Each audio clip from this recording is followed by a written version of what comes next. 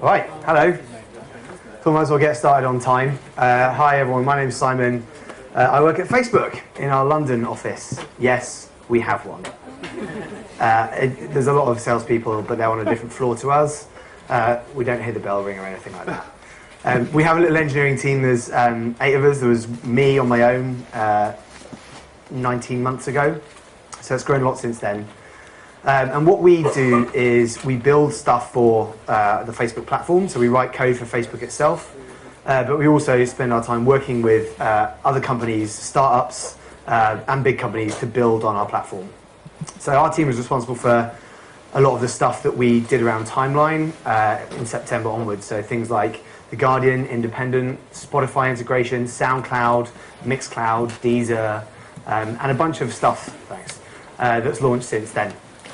So hopefully that gives us some credence when we talk about our platform, because it's something that we either worked on to build ourselves or helped other people build on to be successful. So a quick plug for the other talk that we're giving today, from 6 until 7 in the main room, the ballroom. Is it the ballroom? We're not going to be talking about our platform as what it's like to develop on. We're going to talk about what it's like to write code at Facebook and how we actually physically build the site and how we, the developer tool chain, and how we test and release and all that kind of stuff. So if you're into that, come along too. But on this, we're going to talk about the Open Graph. So the Open Graph is a part of our platform which allows you to publish content to Facebook to essentially enhance a user's identity through their timeline. That's what it's for.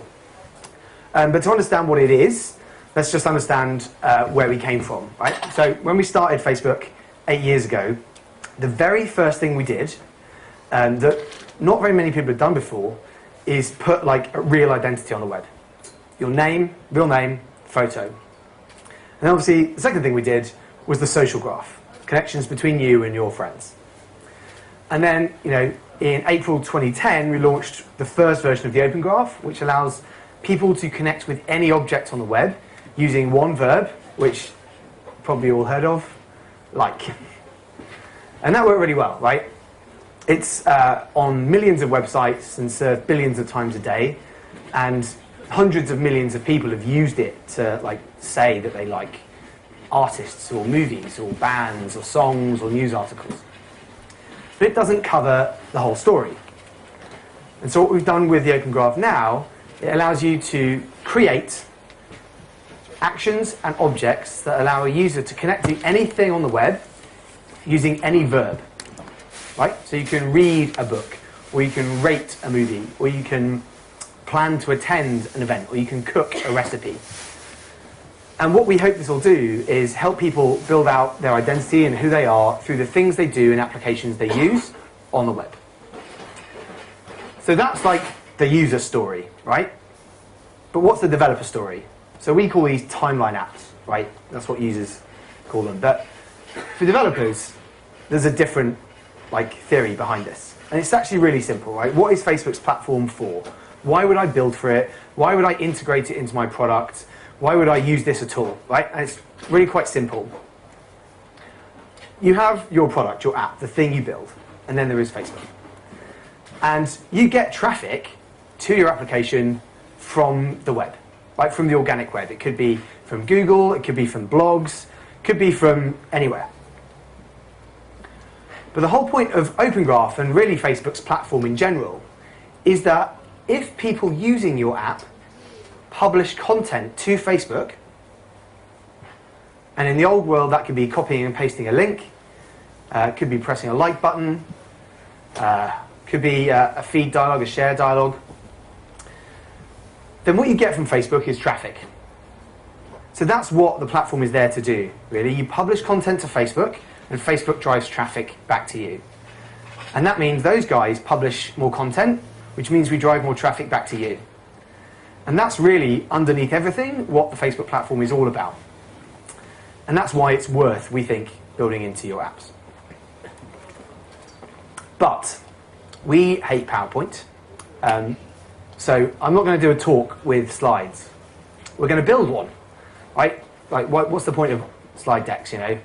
So even with the patchy Wi-Fi, we thought we'd have a go. Don't worry, I think I have a backup, but we'll see.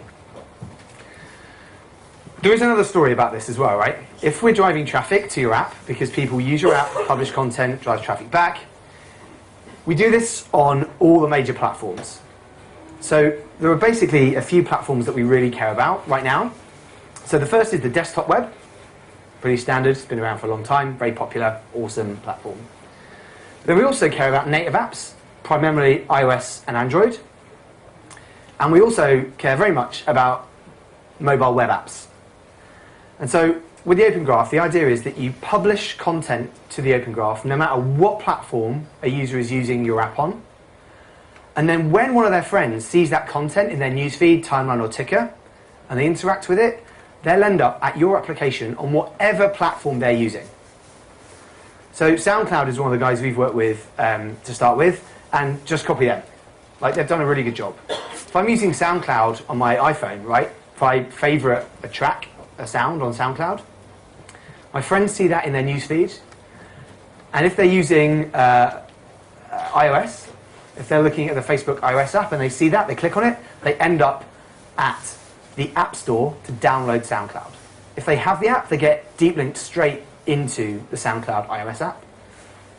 So we're going to build that today and we'll show you how it all works. And then at the end of this, there is the Facebook Open Graph Challenge.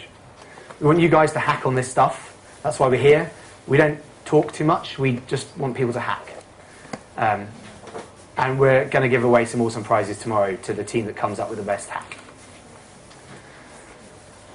So there you go. Publish from every platform, get distribution on every platform. That's how you make winning products. It's worked very well for a large number of websites, but we're not here to sell, we're here to explain how it works. Okay, so how do you build for Open Graph? Let's get straight into the details, right? So, 4 things. First thing is model your data. And the way we think about that is through actions and objects. It's verbs and nouns. So what verb can you do to what objects? Is it cook a recipe, rate a movie, read a book? Really easy, and you define those in our configuration tool. Design your timeline aggregations. So if Open Graph for you is about getting traffic from Facebook, for the user, it's about building out who they are through their timeline. And the way to do that is through aggregations. How many of you guys use the Spotify social stuff? Awesome. So it's not necessarily the songs you play that's important, it's the artists of those songs, or the albums of those songs, or the playlists they're in. And timeline aggregations are how you tell that story on your timeline. And they work on the web, and they work on the mobile web, iOS and Android. And the better these are, the more people see them, the more traffic you get. Then the third thing is to mark up and expose your objects on the web. So the way Open Graph works is that we think of a URL, a canonical URL, as the object. So for an object to exist in the Open Graph, it has to exist on the web. And you need to tell us what it is by using Open Graph Markup, which is a form of RDFA. So you just tell us what the title is, the description, the image, and away you go. And then the last thing is to publish actions. And you'll notice that there's no iframes, there's no buttons here that Facebook defines. This is an API, right? You just publish. You make an HTTP call on our API, and you publish an action to the Open Graph. And that's it. Mark up and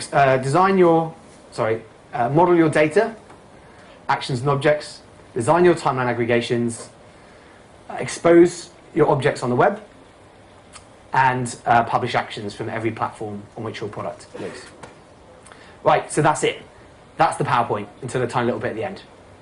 So let's do these things. So we're going to go through action types and object types, publishing actions from the Graph Explorer, object references and action references. I'll come and explain more about what those are in a minute. Tagging places and users, which is an awesome way to drive more distribution for your stories. And then we'll publish from the desktop web and the mobile web. And we'll do the same for iOS and not Android today. I don't think we have time for Android, but we'll do iOS.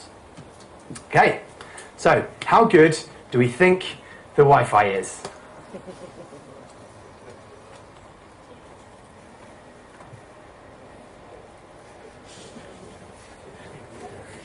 Any of you guys having problems? Yeah. If they all stop. Oh, what would they do during my talk? So I anticipated this. So here's one I prepared earlier. A tiny ripple of applause there. But at least we get a demo, right? I mean, instead I could just show you some more PowerPoint and that would totally suck. So let's do this instead. So can I remember in what order I did what stuff? Okay, go. So this is a basic Facebook app. There is nothing special here. This is starting from scratch. So the first thing is we go into the Open Graph section and we're going to define our first action and object type. So this is going to be about cooking recipes, right? So we're going to cook a recipe. Action, cook, verb, recipe, object, noun. So Facebook is now going to lead us through the setup process, but we can just basically ignore everything that's happening here. You can see cook at the top. You can see a bunch of properties that we'll come back to later, but we can leave these all as the defaults. You can see some stuff like start time, end time, place and tags, which are useful. And then we can say that already this action is linked to an object of type recipe. So there's some class definition here. And a bit further down, we can do some configuration of tense, right? So if this action is, hang on, pause it. If this action takes some time, right? So if I watch a movie and the movie is 2 hours, then during the movie, I want it to say Simon is watching. And when I finish watching the movie, it should say Simon watched. So we could do some basic configuration of tense here. We can also configure how this appears in Newsfeed, and we'll come back to this a little bit later. Video working okay so far? Excellent. So now we're going to go on to step 1B, which is configuring our object. So we configured an object of type recipe. So here we are, recipe, a bunch of properties, URL, title, image, description. If you've ever embedded the like button, which you probably have, then this stuff is probably obvious to you guys. There's a bunch of other stuff there, which again, we'll come back to later. Again, we can see a newsfeed preview of what this will look like, and we can do some configuration around plurality. So now we're on step 2, which is configuring our very first timeline aggregation. And Facebook has already chosen one for us. It's going to be called the cook aggregation. And there are, down the bottom here, you can see like what it would look like on timeline.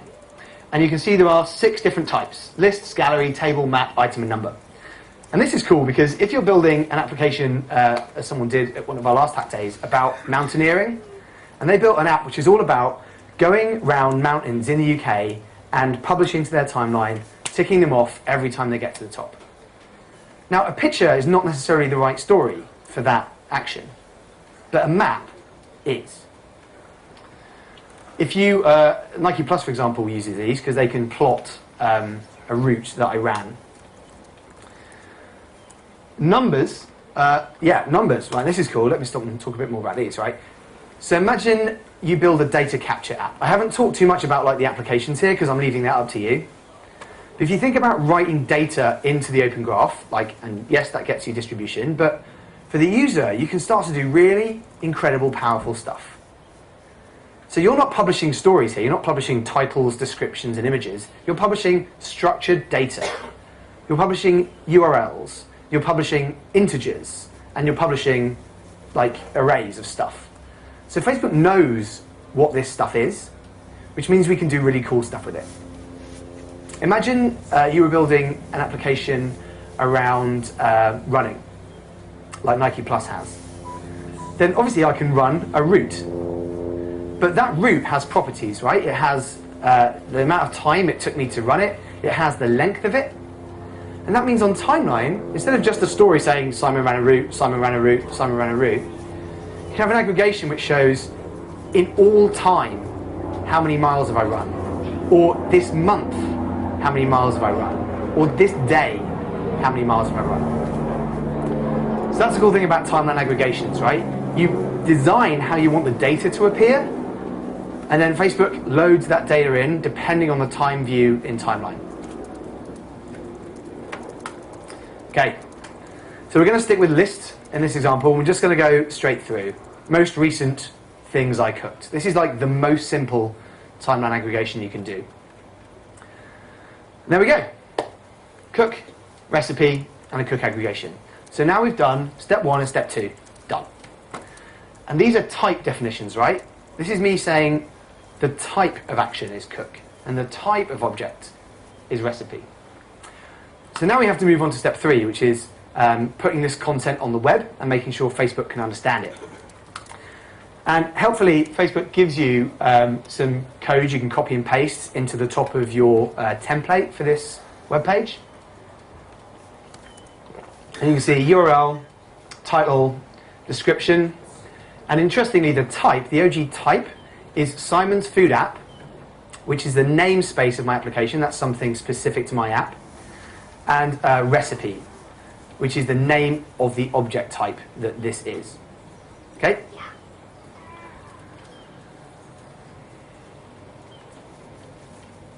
I haven't had to skip ahead yet.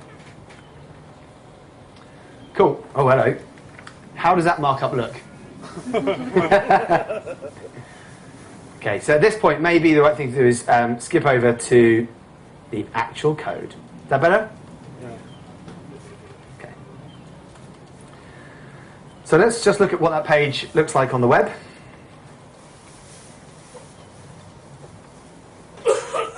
Can we? Okay.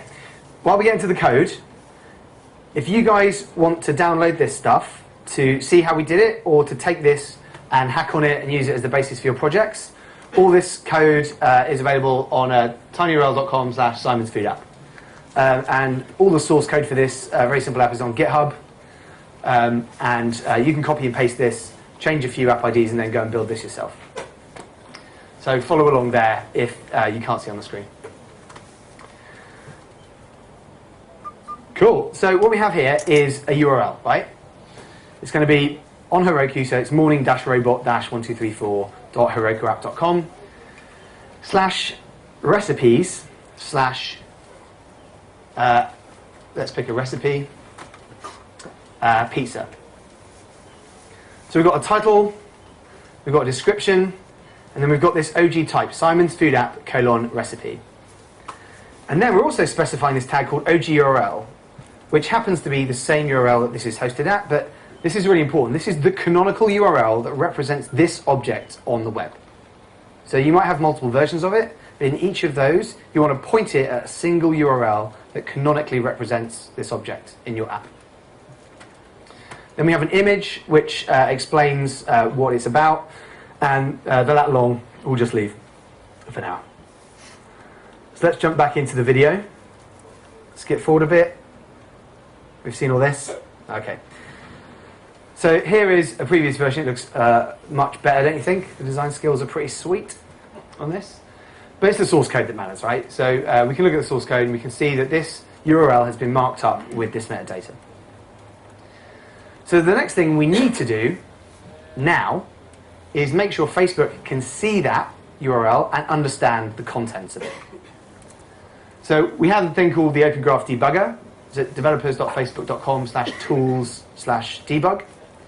And you paste in your URL, and at that point, Facebook does an HTTP GET on your URL, reads the data back, and then redisplays it to you. And this is good because it helps you know if there are any errors in your markup, or if Facebook doesn't understand what you've written. So if there's any red things or orange things here, then you need to go and fix those. But luckily, nothing here, which is awesome. So we're just going to carry on through to the next stage. You can see we've got the image there, the description it's picked up from the metadata, and the OG type as well, Simon's Food App : recipe.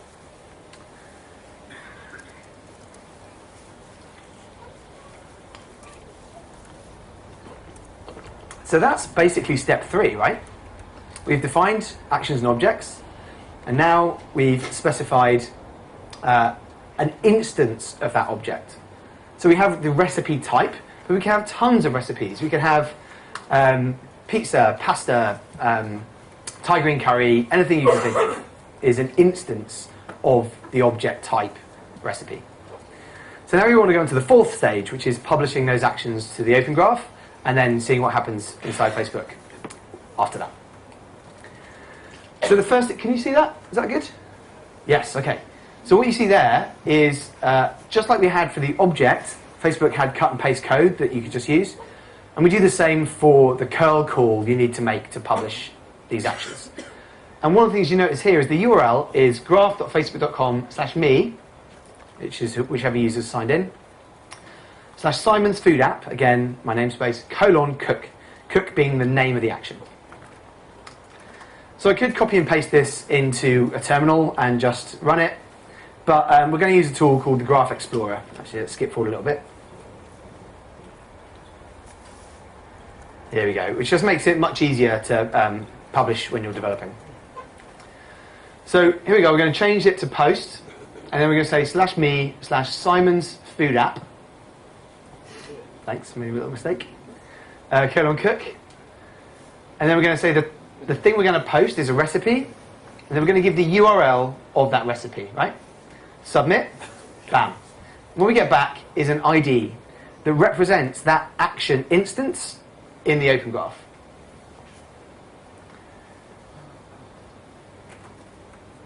So now we want to go and see what that looks like inside Facebook. So this is my timeline. If we go into my activity log, which is a private view of everything I've done on Facebook, then what you see is Simon cooked lasagna on Simon's Food App. So that's it. Action published. Super easy to do.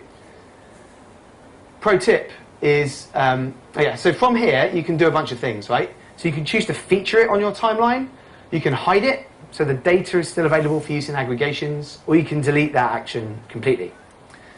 You can also change the privacy of that action on a per action basis. So now we want to go and see how that appears to my friends in Facebook. This is the important bit because this is how you get traffic. So here we have the ticker, and there's a story there. Simon cooked lasagna on Simon's Food App, and there's a newsfeed story. Simon cooked a recipe on Simon's Food App. And that's kind of it. That story is then in my friend's timeline, ticker, and newsfeed. They're going to see that, they're going to click on it, and they're going to come to your app, whereas they wouldn't have done so before. So that's publishing actions through the Graph Explorer. Really easy to do. So next, we want to talk about object references. Okay, so that's so what we've just done there is basically the core experience, right? User uses your application, they do something in your application, they click a button or they do something, you publish that as an action to the Open Graph, their friends see it, and that drives traffic back to your app. So we don't want to do, yes, we do want to do object references. Okay. So as I was saying about Spotify, right? It's not the songs I listen to that make up my kind of musical identity. It's the artists and the albums and the playlists. And so Spotify doesn't publish my top artists. They publish the things I listen to, and because Spotify is using object references, they've linked those song objects to other objects that represent the artist. And that means Facebook can understand that you've listened to all these songs and they're linked to all of these artists, so we can know that this is your most favourite artist based on the songs you've listened to, right? So adding object references is about adding context to the object. So here's how it works. First thing we need to do is create a new object type. And because lasagna made of just pasta would be pretty rubbish, actually I don't know, I kind of like it. We're going to create an object type called ingredient. So just like we did before with recipe, we're just going to skip through all the defaults and accept everything as it is, but now we have this new object type ingredient. So we're going to save that. So now we have these two. The next thing we need to do is tell Facebook to expect that a recipe is linked to an ingredient. So this is kind of a little bit of pretty rudimentary database design that we're doing here. So the way we do that is by going to the recipe object and adding a property called ingredient. And because we want there to be multiple ingredients, we're going to say, we're going to define that as a link to an ingredient object. And then we're going to say it's an array. So it's going to expect multiple ingredients for a single recipe.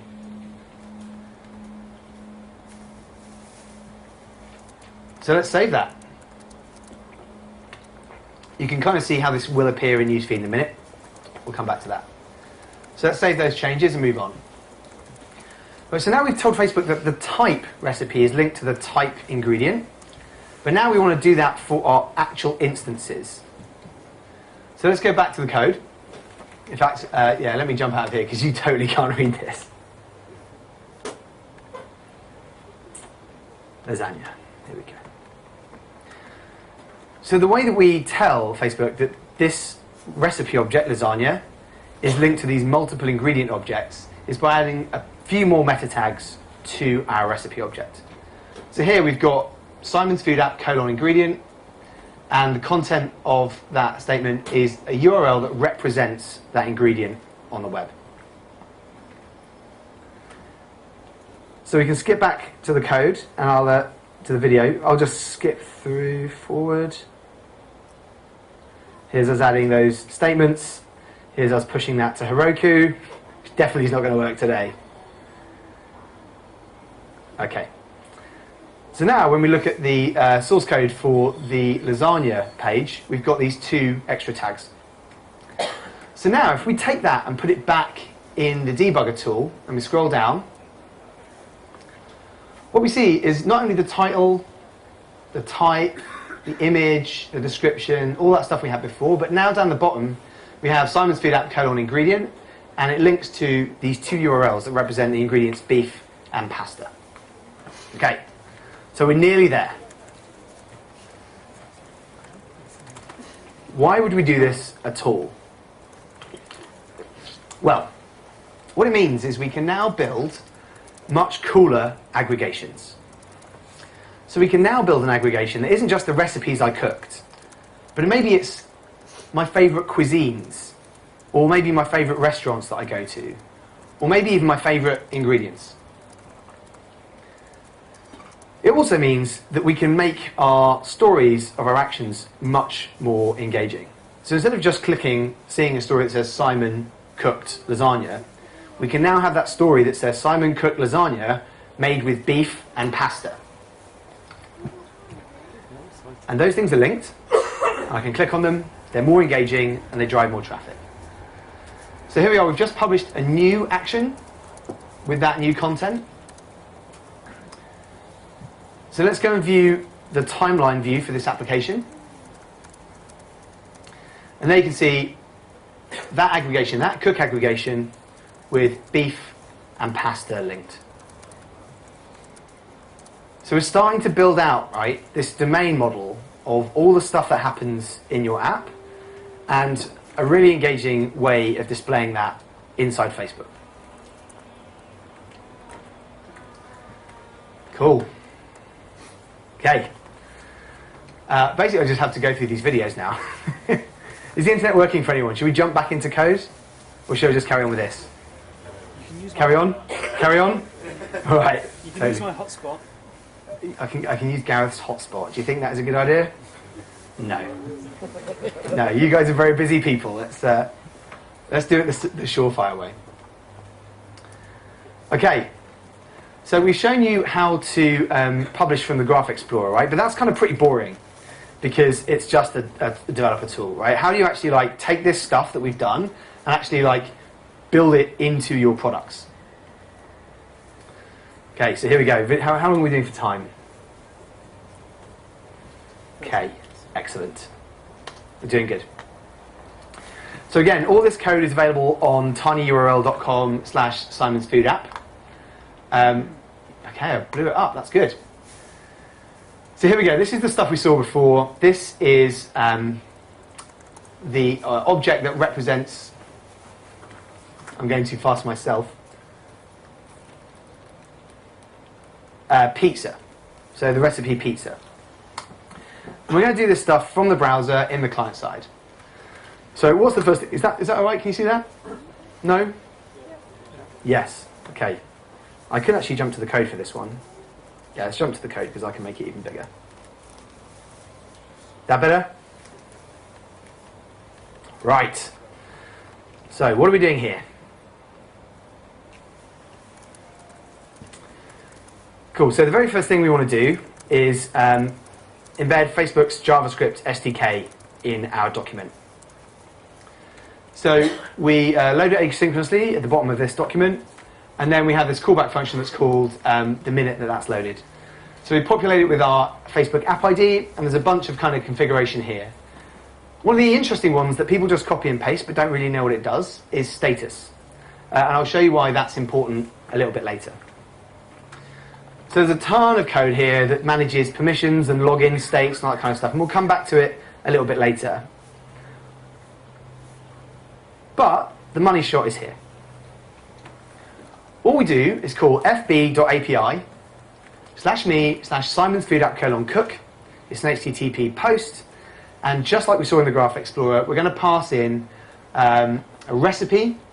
And my cheat way of doing this is to go and get the URL from the metadata in the header of the page, rather than doing window.location, because that could have all kinds of horrible extra strings on it. And that's it. If that returns successful, the action is published. So let's just show that working.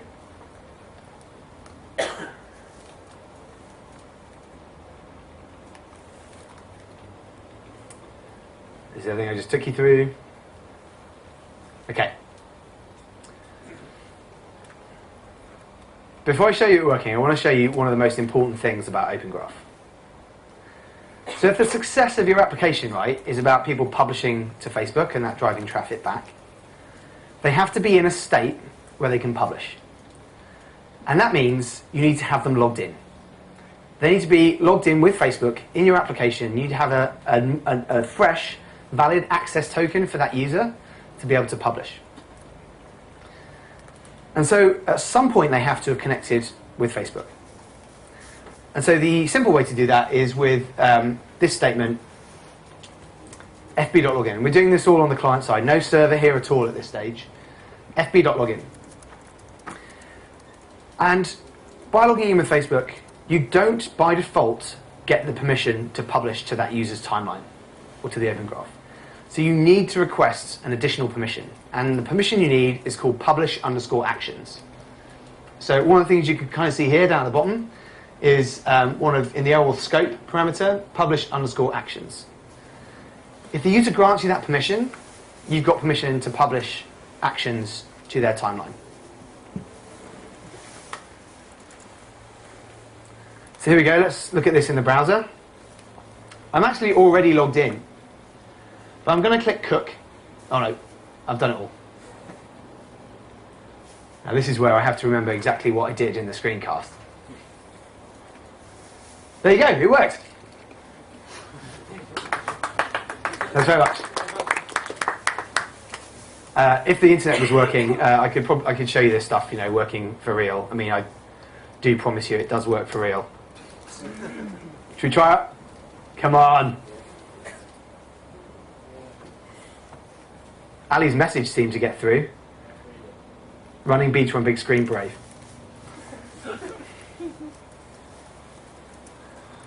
Okay, so yeah. Should we just go back to the video? Hey, I tried, man. At least we're trying here. Okay.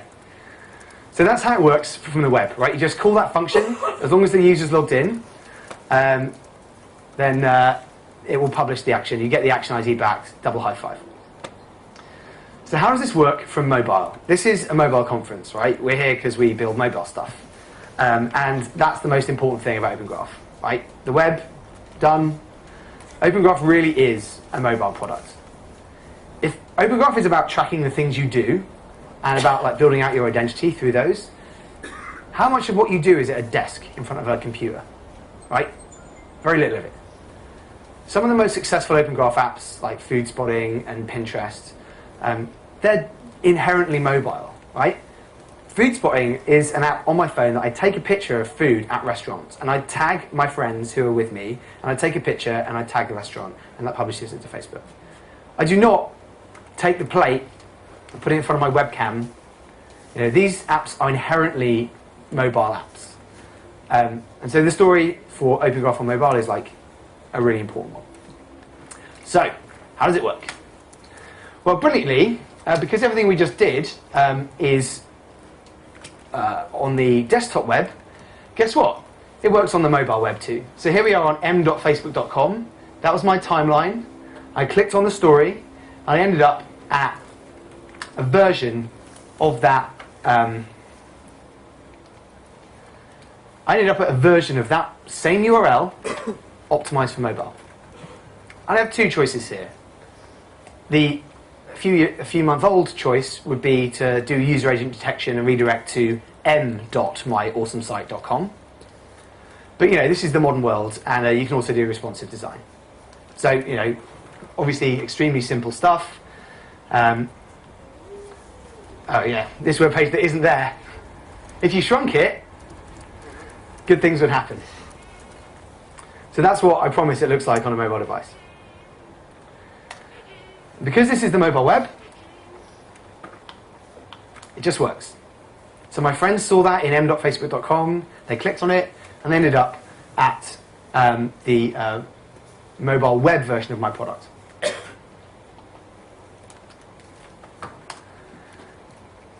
But it also works if I do nothing else. If that user is using the Facebook iOS app or the Facebook Android app, they'll see that story in their newsfeed, they'll click on it, and we'll open a web view inside the native iOS app and show the web page. So if I do nothing else at all, and I've built for the mobile web, you can access all of the Facebook users who are on iOS, Android, and the mobile web. And guess what? I clicked cook, and it published an action. Awesome.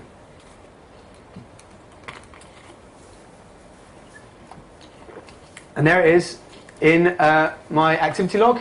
This time it's Thai green curry, my personal favourite. There we go.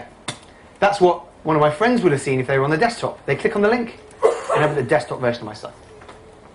Okay. But as we all know, people love to use apps. Chris's talk from before is a kind of rallying cry to build for the mobile web. But we recognise that tons of people still love and build native mobile apps.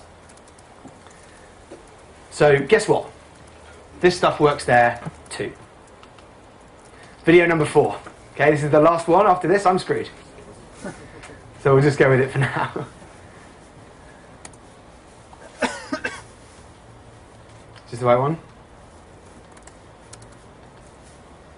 Yes. Okay.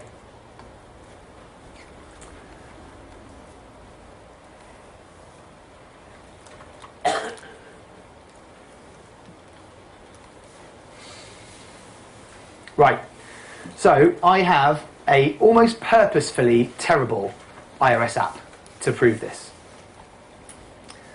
So the first thing we've done is integrate Facebook single sign-on, right? Which is our essentially it's Facebook Connect for iOS, but it's called single sign-on. And the reason that's cool, right, is that typing usernames and passwords in on the web totally sucks. But on mobile devices, it's terrible. So there's a ton of apps that have built this technology into their native mobile apps. You click it, it multitasks over to the Facebook iOS app, it asks the user to authenticate, and it passes them back. And then they're logged in, and they've authorized your app on every platform. So that's just what happened there, right? I've done it so that it does it on app load, but let's just show you how seamless that is if I previously authored the application. Load, Facebook, back, done. That was it. So here are my 3 recipes, lasagna and Thai green curry and pizza. I'm going to click cook. And nothing has happened because I haven't written any UI for this. But let's go back and look at my activity log.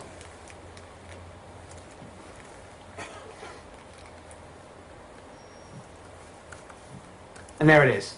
Simon cooked Thai green curry on Simon's Food app.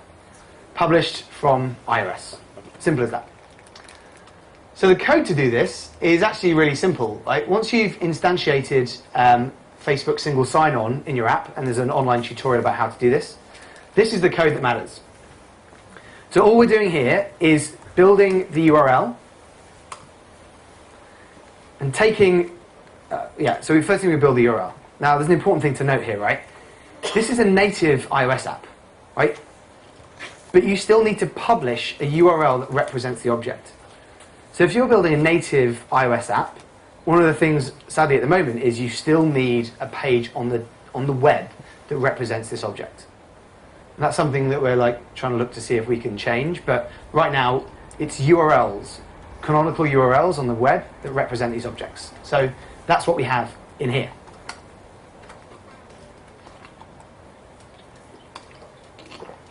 So then we just call this method request with graph path, which is the equivalent of fb.api in JavaScript. And guess what? This looks kind of familiar, right?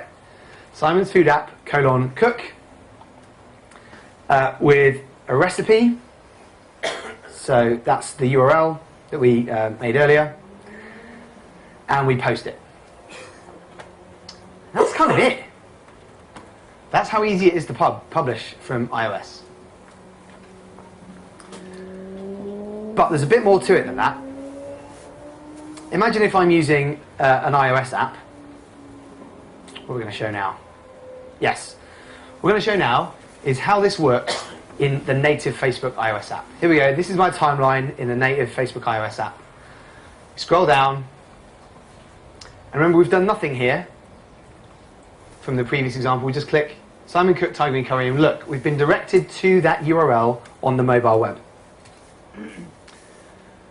But this kind of sucks, right? You've built this beautiful iOS app, because you have. I mean, that's where the action was published from in the first place. So why does the user have to end up at your mobile website? Well, they don't. Because we've built this thing called deep linking, which is actually kind of quite awesome. So let's just show you how deep linking works. Actually, before that, we're going to show you how it works on m.facebook.com, I think. Yeah, so what we're going to show here is that the behavior in the Facebook iOS app versus m.facebook.com is identical. Again, here is my timeline on m.facebook.com. Scroll down, looks exactly the same, because it is. Click, and I end up at the desktop web. Right, so how does deep linking work? So deep linking is something we enable.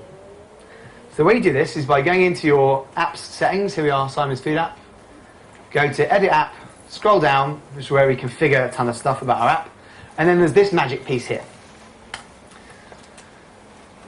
So if we didn't have a native iOS app, we would just configure this, right? Which is our URL on the web. But if we have a native iOS app, then we can tell Facebook about it here. We can put in its bundle ID. We can put in the App Store ID if it exists in the App Store. And then there's these handy two settings down here. Configured for iOS, yes. And iOS native deep linking, by default disabled. Let's turn it on. So now, let's go back, I think. Don't want to get ahead of myself. I just have. To the native Facebook iOS app. Go back to my timeline and refresh.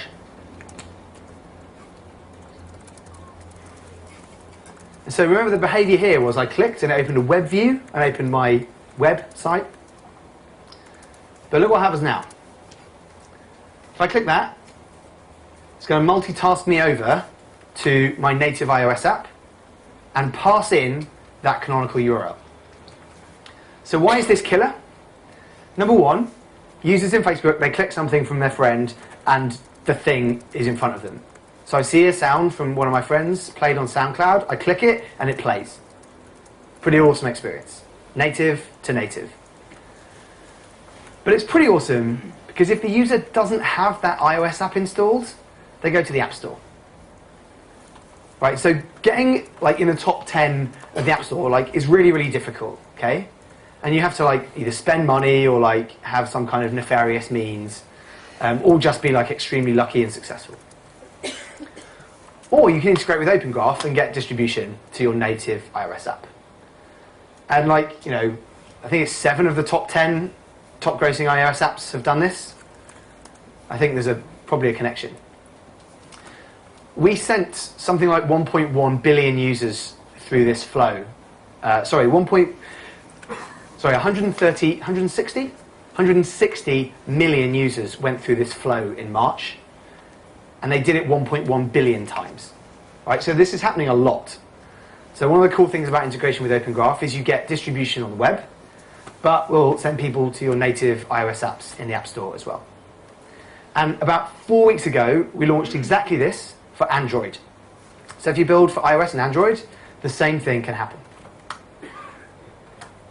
Okay, so there we go. That's deep linking. And I think that's it. Are we going to do it again? Yeah. I don't know why we showed that twice. Now, I honestly can't remember what's next in this video. So let me just skip ahead. How to do it. That's probably the important bit. So let me jump out of this into Xcode because you can probably see it a little bit better. Is that good?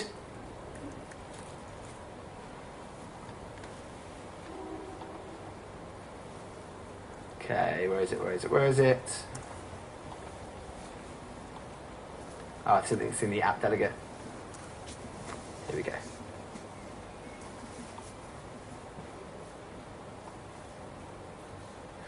So this is the code that you add to your iOS apps when you embed Facebook's SSO tech.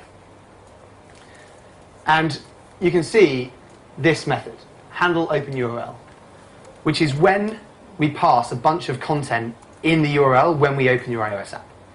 So if the user's previously authored your app, we pass you a fresh access token, and we pass you that canonical URL. And then it's pretty simple code to just, here we go. It comes through as a fragment. Target URL string is the name of it. Target underscore URL. Then you just parse that like you do any standard URL string. So that's it.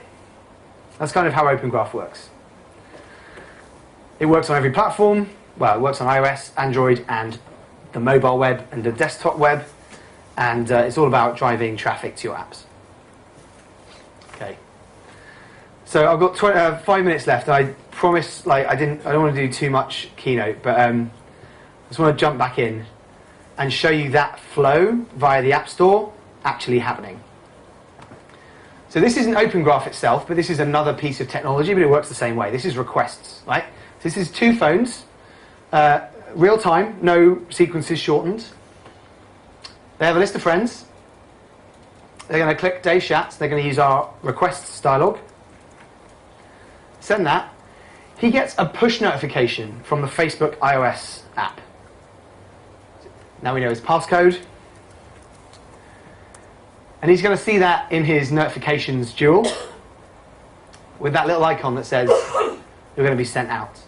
So we now link that user into the App Store, straight to the app page. He installs it, downloads, plays, logs in with Facebook. This is, again, no sequences shortened here. This is our authentication screen. Click login. He's just being slow now. Click login. Extra permissions. Back to the native app. And you're in. So how cool is that flow, right? Like compared to the current way, which is, have you got this app on your phone? Yeah, it's really cool. How do I get it? Search in the App Store. There you go. So that's what that flow looks like in real time. Pretty cool stuff. Okay, so last few things, right, if you want to go hack on this. The permissions you need are publish actions. That's the one permission that you need to publish to the graph.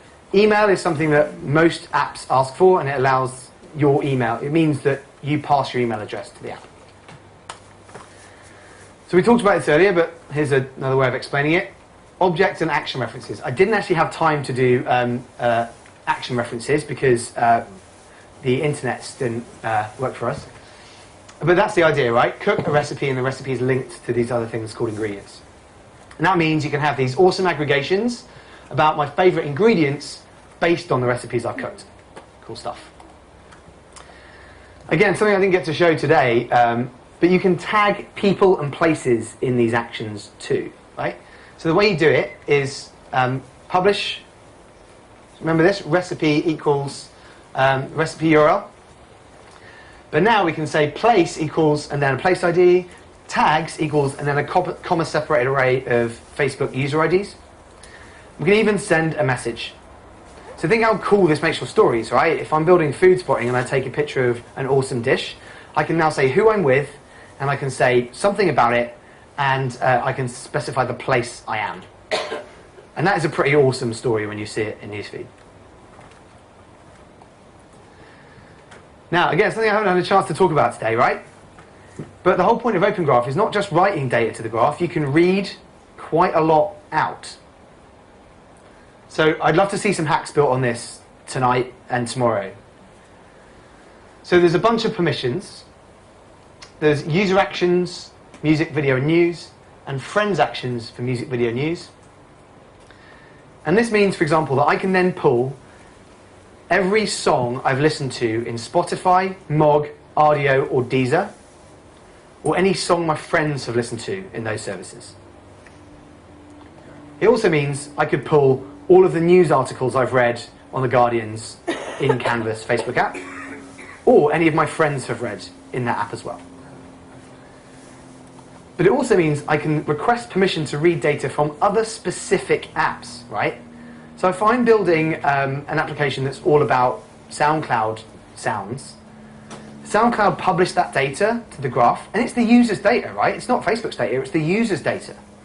So why can't the user go and take the data that SoundCloud wrote in to the Open Graph and give it to your application? Well, they can. You just ask for this permission, user actions colon SoundCloud, and that means you could then pull all of my SoundCloud favorites. And again, documentation on how to do this is on our site. Okay, so that brings us to the Facebook Open Graph Challenge. So the reason we're here is because this isn't a speaky conference. This is stay up all night with your laptops and code, right? Which is how we do things at Facebook. We don't often talk about stuff. We just build it. So what we want you guys to do is go and build something really interesting on top of this platform and on top of this data. So in 24 hours, build an iOS, Android, or mobile web app which integrates with Open Graph and publishes actions that help the user to express their identity.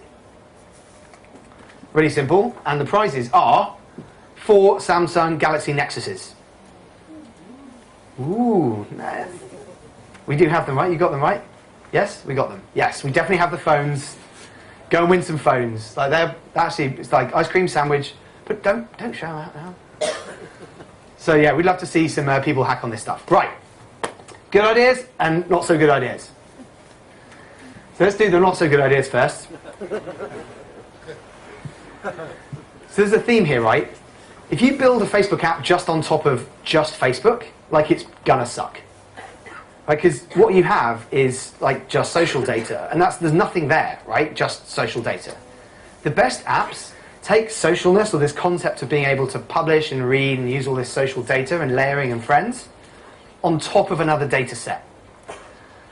So that's why we want to see ideas around books, music, things I've read, listened to. Maybe it's tracking my physical activity. How many steps did I take today? How many miles did I walk? We'd love to do something physical, right? There's a bunch of hardware hackers here. I've played a bit with Arduinos and stuff, but you could build an app that integrates an Arduino with a kettle that publishes an action every time I make a cup of tea. How many cups of tea has Simon had today? If you have a coffee machine and an espresso, they have RS-232 ports on the back. So you can publish an action every time I make a coffee. So that's the kind of stuff we would love to see you guys hack on, right? Not pyramid schemes or stalking or any of this pretty low quality social stuff. That's what we're looking for. And here's where to get started. Developers.facebook.com/docs/mobile. My mobile web app is a great thing to just crib from that at tinyurl.com/simonsfoodapp. And then the last bit is, can we have all the Facebook engineers in the room up here? How long have we got? Exactly on time. All right. So we brought some people. When was the last time you saw 5 Facebook engineers in a room? When was the last time you saw 1 Facebook engineer in a room? So like, it's important for you guys to know that we're like here, right? We're in London, and we work with partners all over Europe. We work with startups like Mixcloud and Songkick, right the way up to The Guardian and people like that. These guys work with me. This is Gareth, this is Piyush, this is Ali, and this is Connor. And we spend our lives working with companies to build awesome Open Graph stuff. So we're most of us are staying until like the end of tomorrow. You can kind of not miss them. They've got Facebook on their t-shirts. So that's it. That's Open Graph, and we look forward to seeing what you guys hack tomorrow, man. I'm really looking forward to that. Thank you very much.